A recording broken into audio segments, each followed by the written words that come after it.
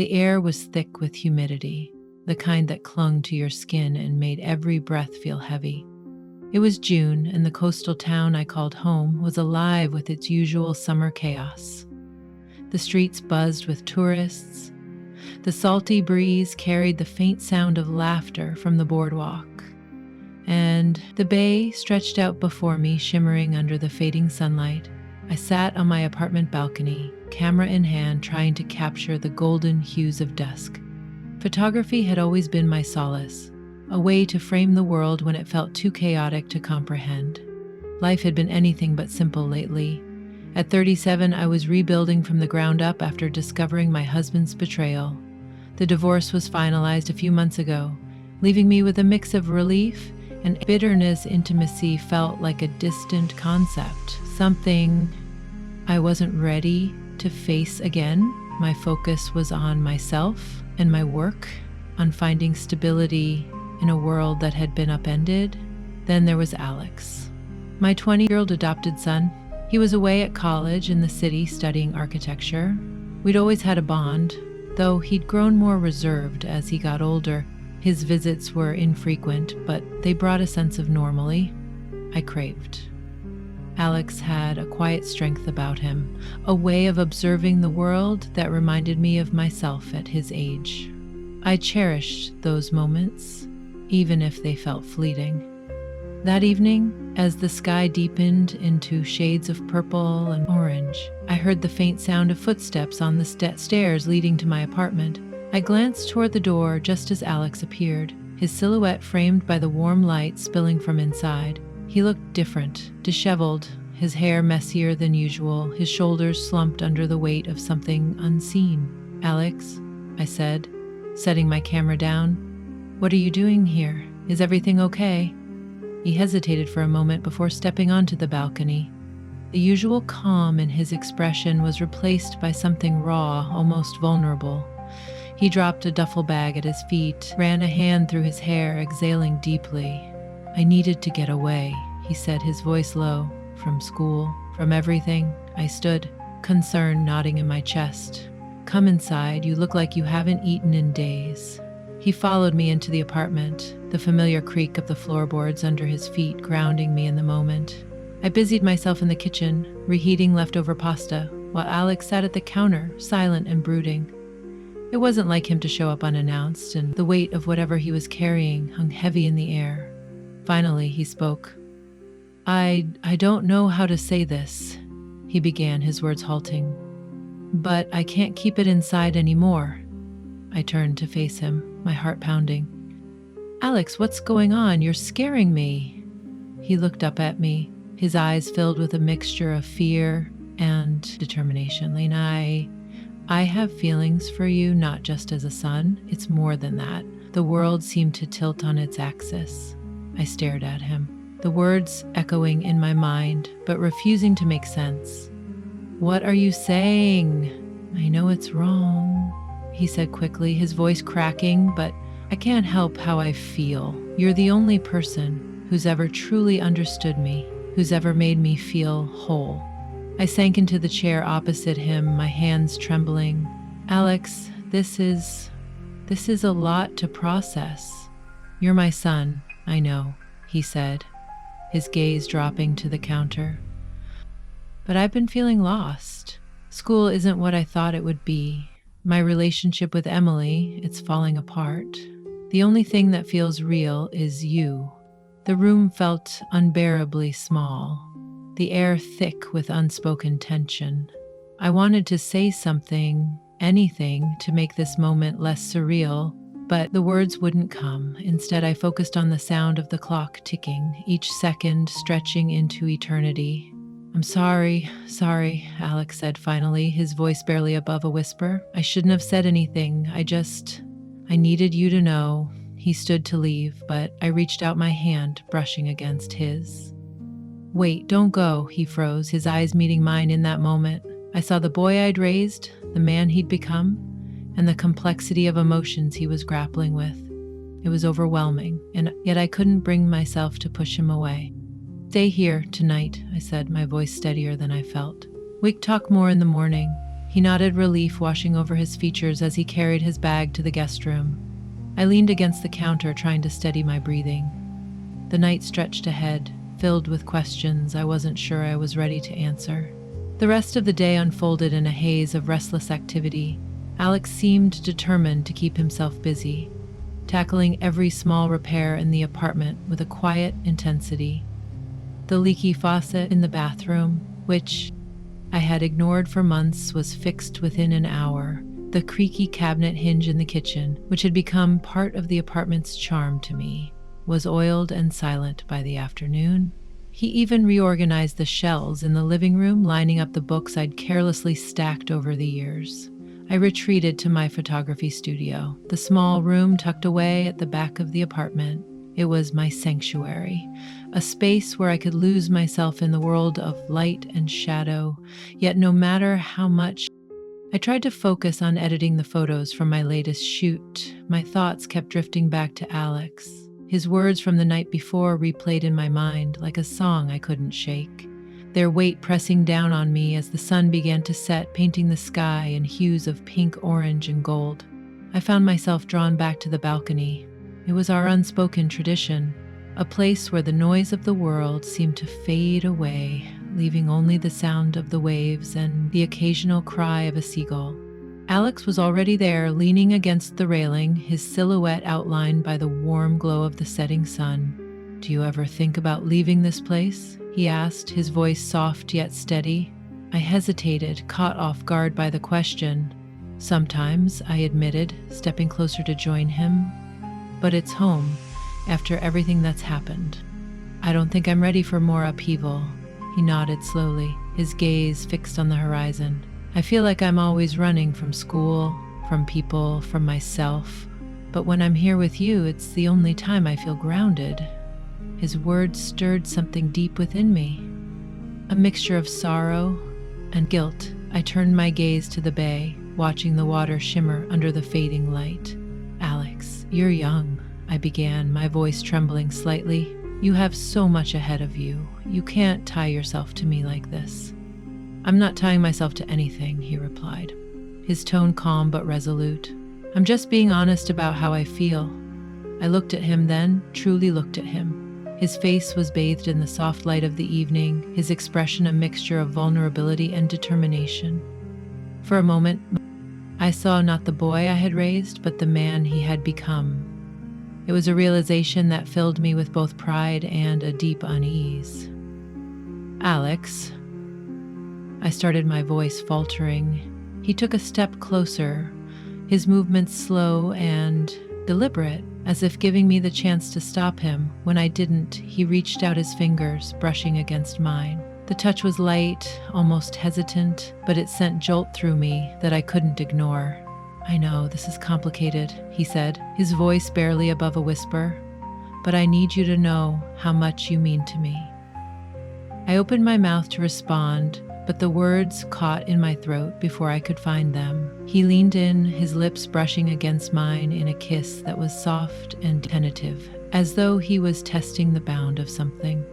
Fragile, the world seemed to pause in that moment, the distant hum of the town, the gentle crash of the waves. Even the air itself felt suspended for a fleeting second. I was caught in the intensity of his emotions, the depth of his feelings laid bare. Then reality came rushing back. I pulled away, my heart pounding so hard it felt as if it might burst from my chest. "Alex, we can't," I said, my voice trembling with a mixture of shock and something I couldn't quite name. He stepped back immediately, his face a mixture of regret and longing. "I'm sorry," he said quickly, his voice thick with emotion. "I shouldn't have done that."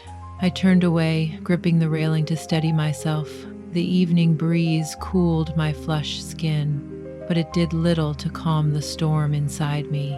This wasn't just complicated, it was impossible. And yet the echo of his touch lingered, leaving me more confused than ever. The days that followed were a mix of tension and quiet moments, as if we were both navigating a fragile truce. Alex kept himself busy, finding new ways to help around the apartment. He cooked meals often, surprising me with my favorite dishes. He repaired things I hadn't even realized were broken. And he spent hours reorganizing my studio, carefully labeling boxes of old photographs, equipment. I appreciated his efforts, but they also unsettled me.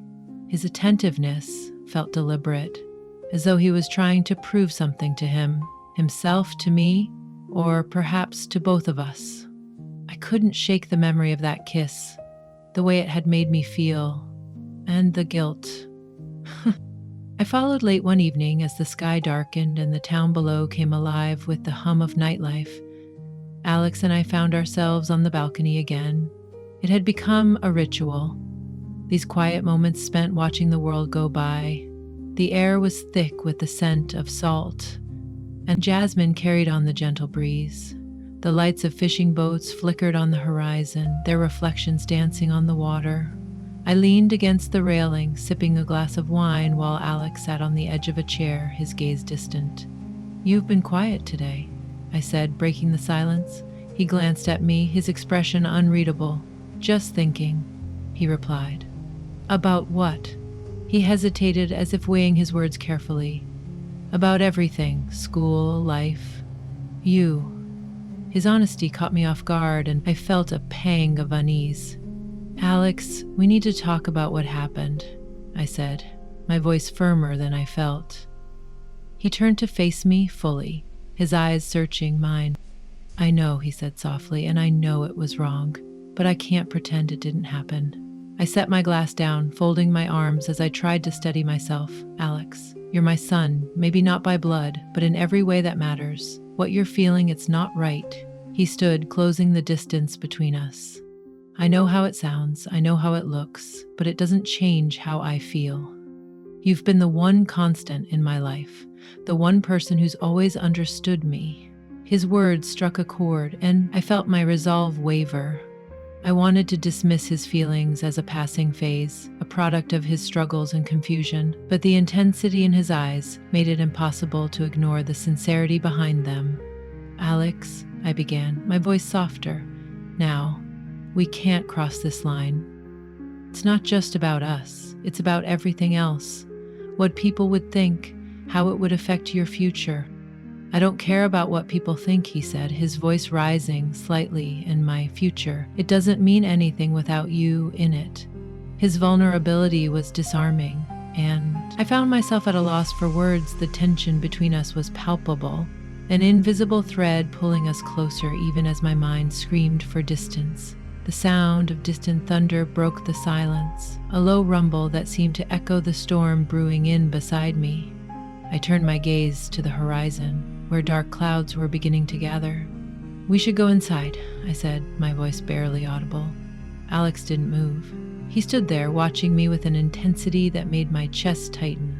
For a moment I thought he might argue, but then he nodded and followed me into the apartment as the rain began to fall, tapping against the windows like a steady drumbeat. I felt the weight of everything pressing down on me. This wasn't a situation I had ever imagined myself in, and I didn't know how to navigate it, but one thing was clear. Whatever lay ahead, it wouldn't be easy. The rain fell in relentless sheets, drumming against the windows with a rhythm that seemed to echo the chaotic beat of my heart. The storm had enveloped the town, muting the usual hum of life outside, and replacing it with a cocoon of sound. Just us, the rain, and the faint flicker of candlelight casting shadows across the room. Alex had gone to the kitchen to make tea, leaving me alone on the couch. I stared at the wavering glow of the candles, their soft light reflecting off the polished wood of the coffee table. The room felt smaller somehow, the air heavier, as though the storm had pushed its weight inside my thoughts. Turned a whirlwind of guilt, confusion, and something I couldn't name but couldn't ignore when Alex returned. He carried 2 mugs, the steam curling upward like ghostly tendrils. He handed me one without a word, his fingers brushing and a fleeting touch that sent a shiver down my spine. He sat beside me, close enough that the warmth of his body seeped through the space between us. For a while, neither of us spoke. The rain filled the silence, its steady rhythm, both soothing and maddening. The heat, grounding me momentarily, but my thoughts refused to settle. Alex finally broke the quiet, his voice low and steady, though there was an unmistakable vulnerability beneath the surface. Lena, I know I've made things complicated, and I hate that I've put you in this position, but I can't pretend this isn't real. I turned to look at him, his face illuminated by the flickering light. There was an openness in his expression, a rawness that made my chest ache. I wanted to look away, to shield myself from the weight of his gaze. But I couldn't, Alex. I began, my voice trembling. This isn't something we can just... He leaned forward, his elbows resting on his knees, his hands clasped tightly as though he was holding himself back. I'm not asking for anything you're not ready for, he said, his voice barely above a whisper.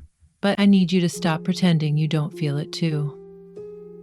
His words hit me like a wave crashing over the fragile defenses I had tried so hard to maintain. I set my mug down on the table, my hands shaking. Alex, this is wrong, I whispered, though the conviction in my voice was slipping away. Wrong for who, he asked, his voice filled with quiet intensity. For them or for us? The question hung in the air, heavy and unanswerable. I looked away, my eyes falling on the rain-streaked window. The storm outside seemed to rage harder, as though it were demanding a response I couldn't give. Alex shifted closer, his movements slow and deliberate, giving me every chance to pull away when I didn't. He reached out his fingers, brushing a strand of hair from my face. His touch was featherily hesitant, as though he was afraid of breaking whatever fragile connection existed between us. You've always been the one person who truly sees me, he said softly, his voice trembling with emotion. I've never felt this way about anyone. I closed my eyes, his words settling over me like a blanket, warm and suffocating all at once. My heart raced as he leaned in, his breath warm against my cheek when his lips met mine. It was as if the world around us faded into nothingness. The kiss was soft at first, tentative, like the first brush of a paintbrush on a blank canvas. His hands CD'd my face, his touch gentle yet firm, grounding me in the moment. I felt my own hands move almost of their own accord, resting lightly on his arms. The warmth of his skin beneath my fingertips sent a shiver through me, a sensation that was both thrilling and terrifying. As the kiss deepened, I felt the barriers I had so carefully constructed begin to crumble. The weight of my resistance, my guilt, my fear, it all seemed to melt away, leaving only the undeniable pull between us. The storm outside grew louder, the rain pounding against the windows like a heartbeat, matching the intensity of the moment when we finally pulled apart. I was breathless, my chest heaving as though I had run a great distance. Alex's face was inches from mine, his eyes searching mine with a mixture of hope and surprise, vulnerability that made my heart ache. I don't know what this means, I admitted, my voice barely audible over the sound of the rain. It means we're not pretending anymore, he said, his hands still resting gently against my cheek. I let out a shaky breath, my mind spinning. The storm outside seemed to quiet for a moment, as if giving us space to process what had just happened. I leaned into his touch, the warmth of his hand grounding me in a way I hadn't expected. Whatever this was, whatever it would become, I couldn't fight it any longer. The storm had passed, but I knew the hardest part was yet to come. The next morning, a heavy silence lingered in the apartment. The storm had cleared, leaving the air crisp and the bay glistening under the sunlight, yet inside the atmosphere felt heavier than ever. Neither Alex nor I had brought up the kiss, but its presence loomed between us like an unspoken truth. I spent the morning pacing the apartment, torn between the need to confront what had happened and the desire to avoid it altogether. Alex, sensing my unease, kept his distance, though his glances told me he was waiting for me to speak first. By noon, I couldn't take the tension anymore. Alex, I said, my voice firmer than I felt, we need help. We can't figure this out on our own. He looked at me, his expression a mix of relief and apprehension. What are you suggesting? A family psychologist? I replied. Someone who can help us make sense of this situation. For a moment, he didn't respond, his jaw tightening as he considered my words. Then he nodded. If that's what you think we need, I'll go. Later that afternoon, we found ourselves sitting in the waiting room of a small, cozy office tucked away in a quiet part of town. The walls were lined with bookshelves, and the faint scent of lavender filled the air. My palms were clammy, and I kept twisting my hands in my lap, trying to steady my nerves. The psychologist, True Harper, was a middle-aged woman with kind eyes and a calm demeanor that immediately put me at ease. She invited us into her office, where we sat across from her on a plush couch. "So what brings you here today?" she asked, her voice gentle but direct. I hesitated, glancing at Alex. He gave me a small nod, silently encouraging me to speak. Taking a deep breath, I began. My son and I were dealing with some complicated emotions, and we don't know how to handle them. Dry Harper's expression didn't change, her calm gaze encouraging me to continue. I explained our situation in broad strokes, careful not to delve too deeply into the details, but enough to convey the weight of what we were grappling with throughout the session. Alex was uncharacteristically quiet, his hands clasped tightly in his lap. When Dr. Harper turned her attention to him, asking how he felt about everything, he finally spoke.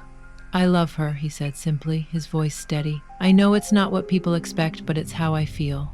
The room fell silent for a moment, the weight of his words hanging in the air. Dr. Harper nodded thoughtfully, her expression neutral. "Love is complex," she said gently. "It's not always easy to navigate, especially when it challenges societal norms." As the session continued, we delved into our emotions, our fears, and the boundaries we both felt we had crossed. Dr. Harper's questions were probing yet compassionate, guiding us to confront truths we had been avoiding. Toward the end of the session, Alex turned to me, his eyes filled with a vulnerability that made my heart ache. "I just want us to be honest with each other," he said. "No more pretending, no more hiding."